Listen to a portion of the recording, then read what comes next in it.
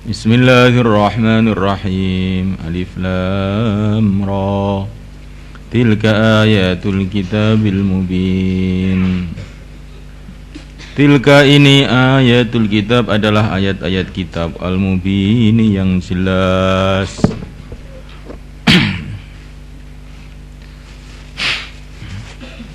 Inna sesungguhnya aku anzalnahu telah menurunkannya Qur'anan dalam keadaan Quran, kitab Quran dalam keadaan bacaan Arabian yang berbahasa Arab. La'allakum supaya kamu semua taqilun memahaminya. Inna sesungguhnya aku anzalnahu menurunkannya Qur'anan Arabian berupa Quran yang berbahasa Arab. La'allakum supaya kamu semua taqiluna memahaminya. Nahnu aku nakusu menceritakan alaika atas engkau ahsanal qasasi sebaik-baiknya kisah. Bima awhayna bima sebab perkara awhayna yang aku telah mewahyukannya ilaika kepada engkau. Bima awhayna dengan sebab aku telah mewahyukan. Jadi manya ini masdariyah. Bima awhayna sebab aku telah mewahyukan ilaika kepada engkau hadal Qur'ana Quran ini. Bima awhayna sebab aku telah mewahyukan ilaika kepada engkau bi'ihaina ilaik hadal Quran ini wa in kunta dan sungguh adanya engkau min qablihi sebelum datangnya wahyu sebelum datangnya wahyu laminal ghafilin sungguh termasuk orang-orang yang belum mengetahui.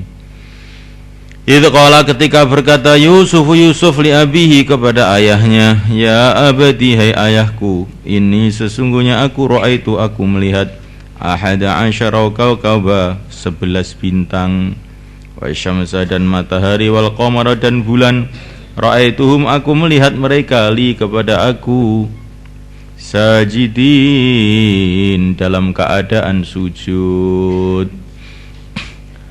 Qala ayahnya mengatakan, ya bunayya hai anakku, la taqsus janganlah engkau menceritakan ru'ya mimpimu ala ikhwatika kepada saudara-saudara engkau. Fayakidu maka mereka akan membikin tipu daya laka kepada engkau kaidan dengan tipu daya. Inna syaitana sesungguhnya syaitan lil insani bagi manusia aduun adalah musuh mubinun yang nyata. Wa kadzalika dan demikianlah yastabika dia memilih engkau yastabika memilih engkau rabbuka Tuhan engkau wa yu'allimuka dan dia mengajarkan kepada engkau min ta'wilil ahadis dari takbir mimpi wa yutimu dan dia menyempurnakan nikmatahu nikmatnya alaika atas engkau wa ala ali Yaqub dan kepada keluarga Yaqub kama atammaha sebagaimana dia menyempurnakannya ala abawaika atas kedua orang tua engkau min qablu sebelumnya. Ibrahim yaitu Ibrahim wa Ishaq dan Ishaq. Inna rabbaka sesungguhnya Tuhan engkau alimun maha mengetahui hakimun yang maha bijaksana. Masya Allah, ini cerita ini ayat ini surat ini berbeda dengan surat-surat yang lain. Kita melihat bahwa kisah-kisah dalam Al-Quran itu biasanya cuman sepotong gitu saja. Cerita Nabi Musa alaihissalam itu berceceran dalam berpuluh-puluh surat. Tetapi ini cerita Nabi Yusuf ini tidak. Cerita Nabi Yusuf itu ngumpul mulai awal sampai akhir dalam satu surat. Ini cerita ini begitu banyak pelajaran yang bisa kita ambil darinya. Maka dikatakan ahsanal qasas sebaik-baiknya cerita.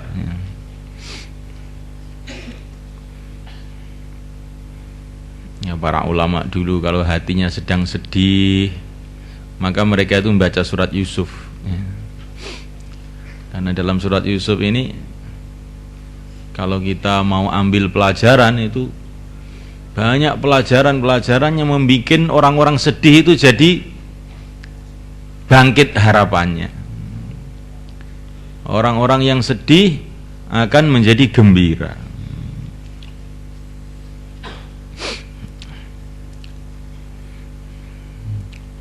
Cerita ini dimulai dengan kata-kata Nabiullah Yusuf alaihissalam kepada ayahnya ketika Nabi Yusuf masih kecil. Hai ayahku, sesungguhnya aku ini bermimpi melihat 11 bintang dan melihat matahari dan bulan. Aku melihat mereka semuanya sujud kepada aku. Dan mimpi ini kita bisa ya merasakan bahwa mimpi ini satu mimpi yang menunjukkan bahwa Nabi Yusuf ini akan mendapatkan satu derajat yang sangat mulia. Bagaimana bintang-bintang, matahari, bulan sujud kepada beliau. Nah, ini menurut takbir mimpi maknanya itu saudara beliau yang 11, ayah beliau yang digambarkan sebagai matahari, ibu beliau yang digambarkan sebagai bulan. Mereka ini semua akan menghormati Nabi Yusuf. Maknanya Nabi Yusuf akan punya derajat melebihi semua keluarganya. Maka cerita ini diceritakan oleh Nabi Yusuf kepada ayahnya. Maka ayahnya Nabi Yakub alaihissalatu wassalam langsung ini punya firasat yang gak enak ini mendengar mimpi ini.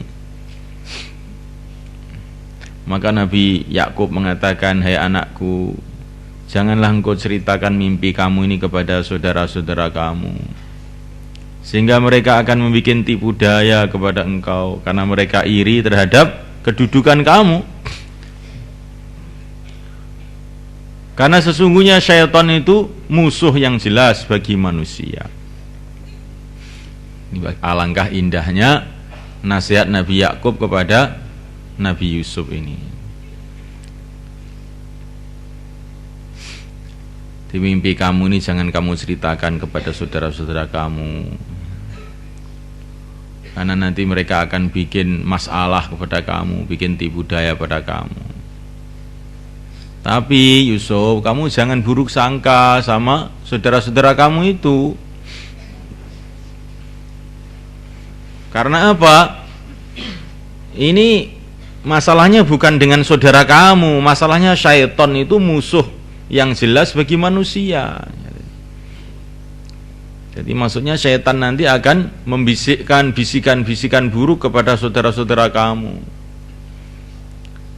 Sehingga Yusuf, nanti kalau saudara kamu itu umpamanya membuat masalah-masalah kepada kamu, kamu jangan marah pada saudara kamu itu. Seolah-olah Nabi Yakub itu bilang begitu. Karena ini sebetulnya bisikan syaitan pada mereka. Adapun saudara kamu itu sebetulnya baik-baik aja. Seolah-olah Nabi Yakub itu begitu. Maka pada akhir cerita nanti,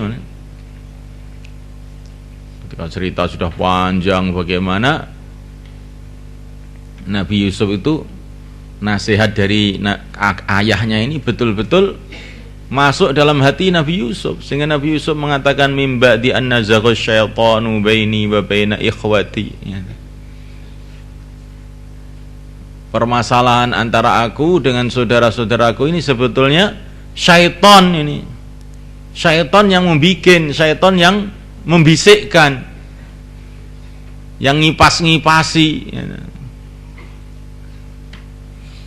Jadi ini pelajaran buat kita malaikat. Jadi kalau kita ini punya masalah dengan saudara-saudara muslim kita, dengan keluarga kita, dengan sanak famili kita, dan dengan orang Islam secara umum, itu janganlah itu kita anggap mereka ini masalah yang sebenarnya, tapi mereka ini tetap kita anggap sebagai saudara-saudara kita. Syaitonlah yang sebetulnya itu jadi panitia permasalahan ini. Jangan kita kemudian menjadikan mereka ini sebagai musuh-musuh permanen kita. Ini pelajaran yang pertama. Kemudian pelajaran yang kedua, Masya Allah, bagaimana ya perjalanan takdir ya. Perjalanan takdir Nabi Yusuf alaihi salatu wassalam itu mulai mendapatkan masalah itu mulai beliau ini mendapatkan mimpi ini. Ketika beliau mendapatkan mimpi ini, mulailah saudara-saudaranya itu iri kepada beliau, sehingga saudara-saudaranya berusaha untuk menyingkirkan beliau, sampai akhirnya Nabi Yusuf dibuang ke Mesir, dijual sebagai budak, akhirnya masuk penjara, macam-macam ya. Berpuluh-puluh tahun setelah itu, sebagian ulama mengatakan 40 tahun setelah mimpi itu, maka mimpi itu telah menjadi kenyataan. Ketika Nabi Yusuf jadi menteri besar di Mesir, kemudian keluarganya, ayahnya, ibunya, saudara-saudaranya yang jumlahnya 11, semua hormat kepada beliau. Jadi kadang-kadang itu Masya Allah, kabar gembira dari Allah itu nanti jadinya kenyataan itu setelah sekian lama. Ini kan kabar gembira kan ini, kabar gembira Nabi Yusuf akan mendapatkan kemuliaan, sehingga semua keluarganya akan hormat kepada beliau. Tapi kenyataannya pada alam nyata ini malah justru yang terjadi itu sebaliknya. Mimpinya itu dia akan menjadi orang mulia, tapi kenyataannya itu malah hendak ya.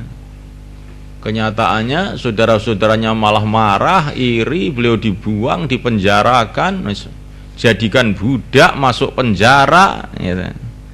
Kelihatannya ini seolah-olah mimpi nggak cocok ini. Tapi setelah 40 tahun jadi cocok. Kan aneh. Maka kita ini harus punya keyakinan, malaikat. Janji Allah itu pasti. Tapi kadang-kadang prosesnya itu panjang. Orang yang membela agama Allah pasti akan dibela oleh Allah ya. Tapi kadang-kadang kalau kita ini membela agama Allah, justru yang terjadi itu semua orang pada marah semua ya. Maka jangan kita ini kemudian ragu. Janji Allah itu pasti, tapi kapan datangnya kita nggak tahu. Terus saja istiqomah. Sekian lama ya, seperti baginda Nabi SAW.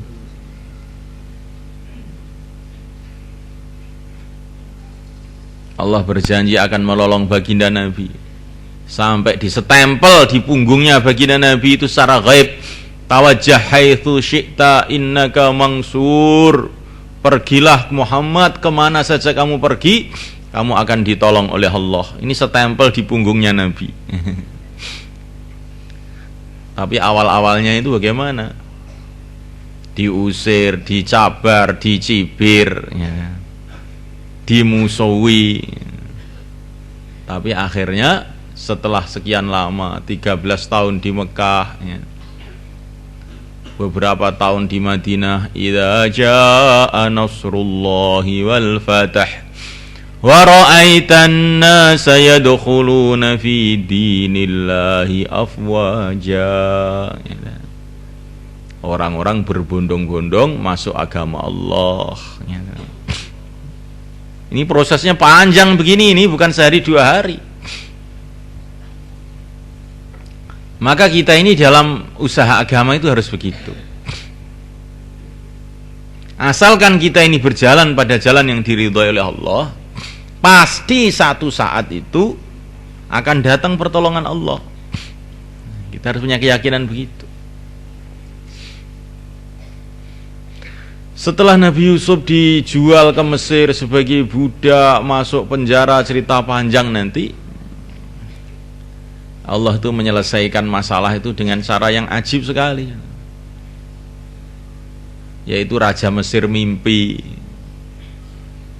melihat sapi-sapi yang kurus-kurus 7 memakan sapi yang gemuk-gemuk 7 juga. Melihat untaian gandum yang kering memakan untaian gandum yang subur. Ya, ceritanya nanti kamu kan sudah pernah dengar juga. Jadi Nabi Yusuf itu mulai dapat masalah sebab mimpi, akhirnya selesai masalah itu juga dengan mimpi juga. Jadi kalau Allah tuh mau bikin masalah itu nggak usah banyak-banyak, mimpi tahu tuh dapat masalah.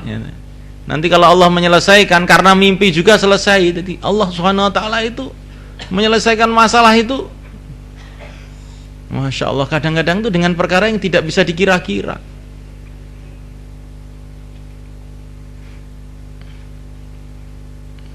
Dan di antara mukjizat Nabiullah Yusuf alaihissalam, yaitu beliau ini dikasih kefahaman mengenai takwilnya mimpi. Jadi mukjizatnya itu berupa takwilnya mimpi, datang masalah sebab mimpi, selesai masalah sebab mimpi juga. Jadi ceritanya cerita ngipi dok. Ini pelajaran yang sangat apa itu, menimbulkan satu harapan kepada Allah untuk menyelesaikan masalah. Nah, ketika Raja Mesir mimpi yang demikian, akhirnya bingung mencari orang yang mentakwilkan, nggak ada yang bisa selain Nabi Yusuf. Akhirnya Nabi Yusuf diangkat menjadi menteri di sana. Ya.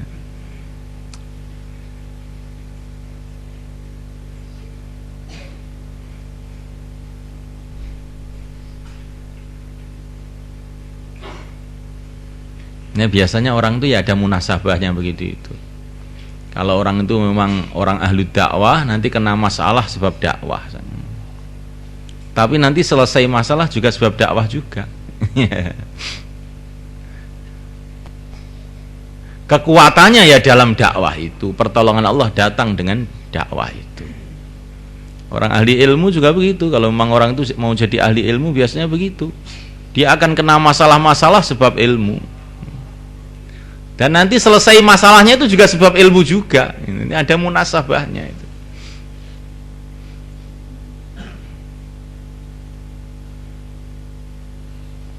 Seperti orang jadi tentara, ya, dia akan digebuki sebab jadi tentara itu kan. Ya.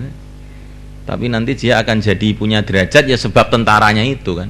Itu sudah sunatullah itu sudah seperti itu.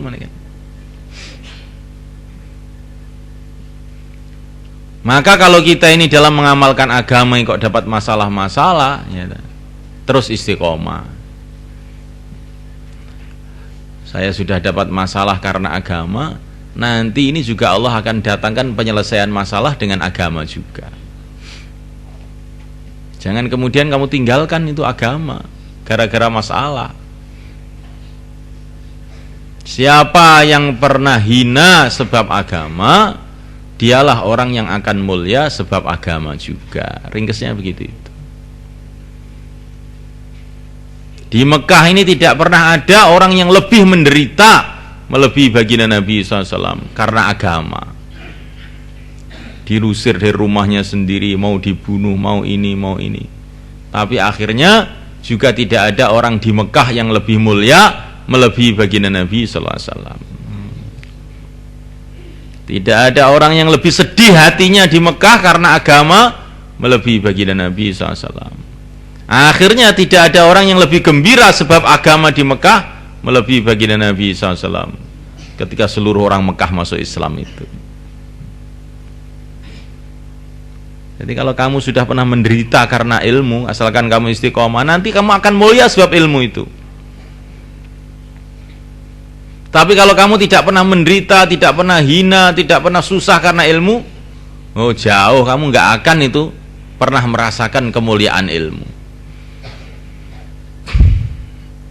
Begitu juga zikir, ibadah, amalan-amalan yang lain. Kalau kamu sudah pernah menderita karena zikir, susah payah karena zikir, nanti satu saat kamu akan diberi oleh Allah kelezatan sebab zikir itu juga. Demikian seterusnya. Siapa yang mau lapar-lapar karena puasa, dia pula yang akan merasakan lezatnya berbuka. Kalau mulai pagi makan terus, bagaimana kamu akan bisa merasakan lezatnya berbuka? Ya. Makan terus, ya. Tiap dari pagi, maghrib suruh makan malah nggak doyan makan sudah. Ya. Itu gambaran.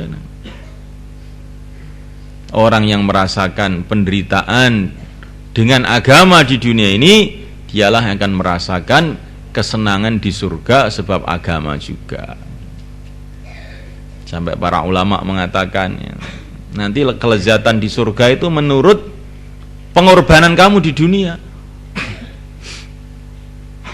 Kalau mata kamu di dunia ini kamu tahan, jangan melihat perkara-perkara yang haram, walaupun perkara yang haram itu bagaimanapun indahnya, maka nanti gantinya mata kamu akan digembirakan oleh Allah di surga dengan perkara-perkara yang sangat-sangat indah yang halal, ya.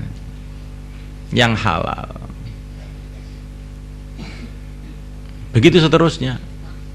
Maka orang yang senantiasa puasa di dunia, di surga ada pintu khusus untuk mereka yang sesuai dengan amalannya. Babur Rayyan, pintu Rayyan. Rayyan itu maknanya pintu seger-segeran, ya. Semua seger semua, karena dulu dia sudah kering karena puasa. Nah di sana tinggal segernya saja.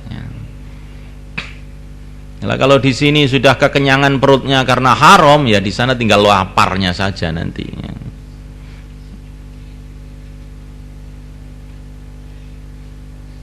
Dengan seterusnya begitu itu.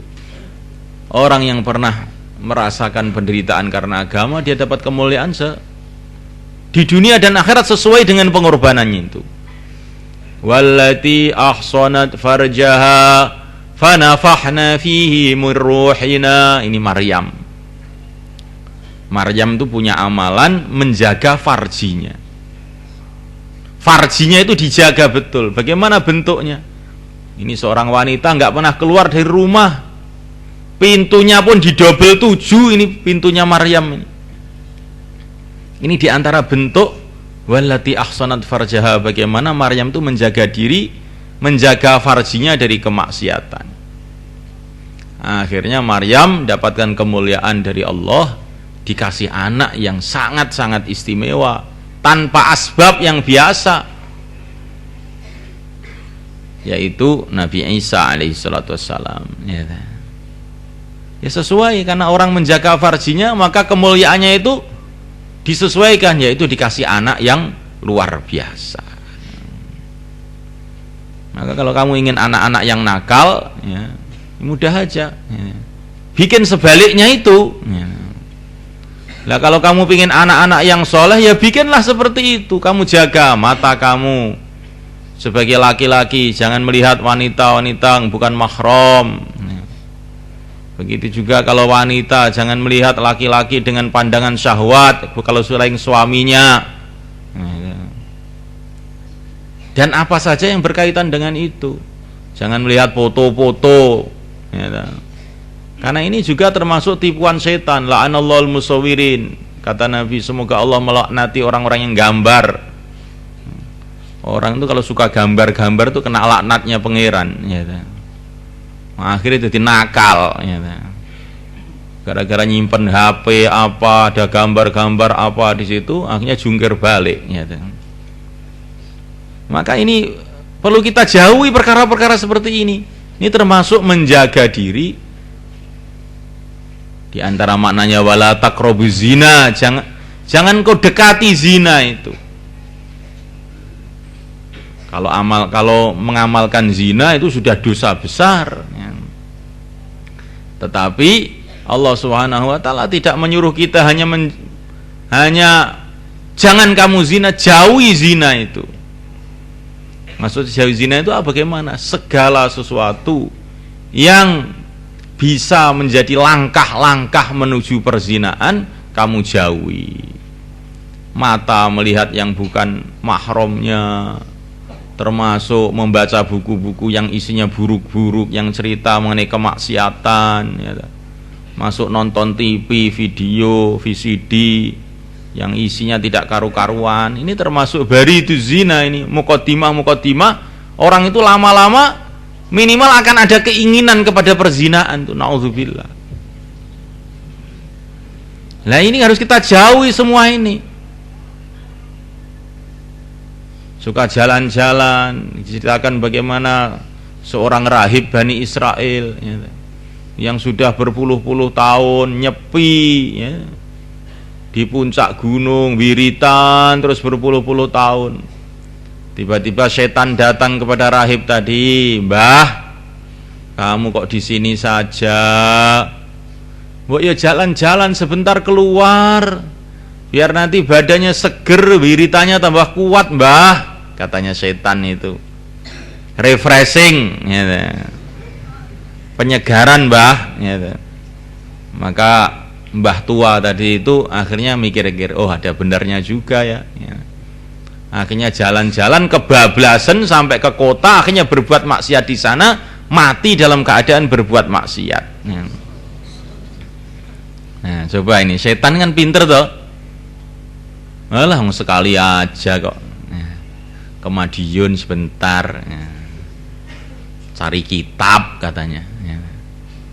Tapi nanti kebablasan sampai Surabaya, sampai mana, sampai ke Jegur Sumur akhirnya.